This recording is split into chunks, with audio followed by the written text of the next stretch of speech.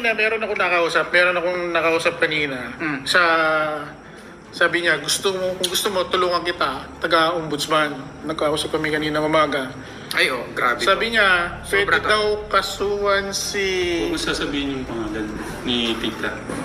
Oo. Taga-ombudsman nga yung kausap ko yung tumawag sa akin Na gusto ko raw, kasi nasabi ko na gusto kong kasuhan. Sabi nila, pwede raw kasuhan, kasi pinanood na nila yung video nila, yung statement ng bata, pinag-aralan na nila, na yan daw hindi statement ng 17 years old na. Yung minor na yan, yung ganong edad. Pwede ka daw makasuhan dito, yung si Francis, tsaka yung nanay, tsaka yung si Daisy. Patay. Na pwede raw may pa-deport. Kung gugustuhin ko. Boom. Ikaw pala yung may pasabog eh. Akala ko yung may pasabog pa pala yun sa'yo. Meron ka talaga. Taga-ombudsman po, tinawag ko kanina umaga. Pinanood po nila yung mga video. At saka yung video ng Daisy. Yung mga pananalita niya, yung ganon. Sabi niya sa akin, pwede raw kasuhan yung si Francis, yung nanay, at saka yung Daisy. Kunaybans po. Kasama yung nanay. Kasama yung nanay. Kasi ang may karapatan pa raw kay Dave, si Ramil. Dahil siya yung guardian. At that moment. Oo, at that moment. Kumbaga wala kasi informal transition eh. Kahit lilipas ng isang taon to, basta inopen natin yun.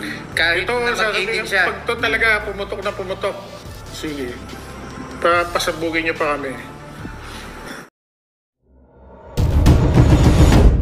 Nako, paano yan, Dave?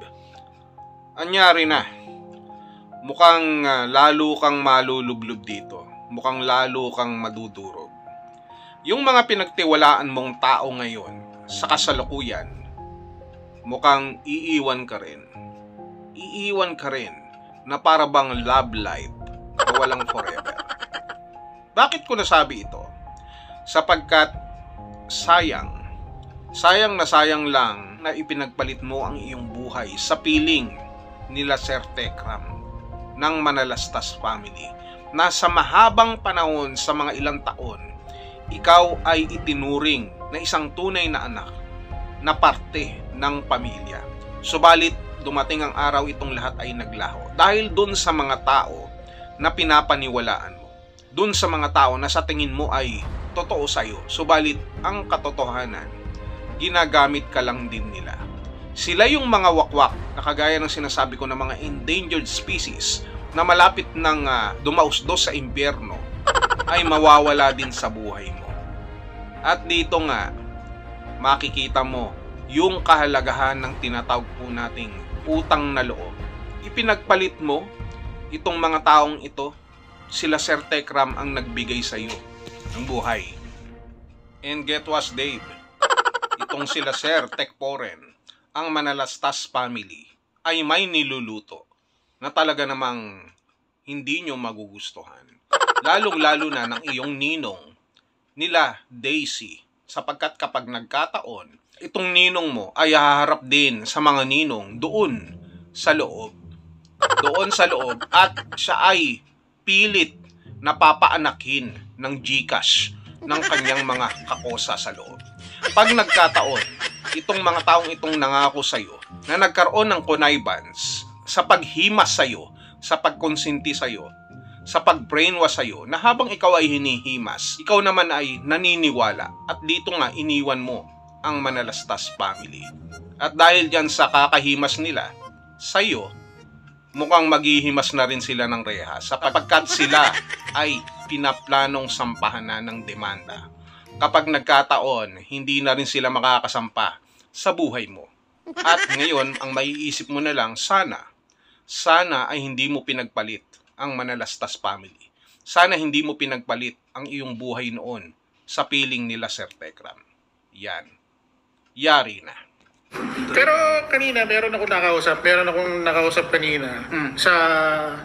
Sabi niya, kung gusto mo, tulungan kita, taga-ombudsman. Nagkausap kami kanina umaga. Ay, grabe. Sabi niya, pwede daw kasuhan Huwag mo sasabihin yung pangalan ni Tita. Oo. Taga-ombudsman nga yung kausap ko yung tumawag sa akin Na Grabe. gusto ko raw, kasi nasabi ko na gusto kong kasuhan. Sabi nila, pwede raw kasuhan kasi pinanood na nila yung video nila, yung statement ng bata, pinag-aralan na nila, na yan daw hindi statement ng 17 years old na. Yung minor na yan, yung Ganong edad. ng ganung edad. Pwede ka daw makasuhan dito, yung si Francis, tsaka yung nanay, tsaka yung si Daisy, Patay. na pwede raw may pa-deport. Kung gugustuhin ko. Boom. Ikaw pala yung may pasabog eh. Akala ko yung may pasabog pa pala yun sa'yo. Meron ko talaga. Taga-ombudsman po, tinawag ko kanina umaga. No. Pinanood po nila yung mga video. At saka yung video ng Daisy. Yung mga pananalita niya, yung ganon. Sabi niya sa akin, pwede raw kasuhan yung si Francis, yung nanay, at saka yung Daisy. Connivance. Connivance po. Kasama yung namin. Kasama yung nanay. Kasi ang may karapatan pa raw kay Dave, si Ramil. Dahil siya yung guardian. At that moment. Oo, at that moment. Oo. Kumbaga wala kasing formal transition eh. Kahit lilipas ng isang taon to, basta inopen natin yun. Kahit Ito, na mag-18 siya. pag to talaga pumutok na pumutok, sige, pasabugin niyo pa kami.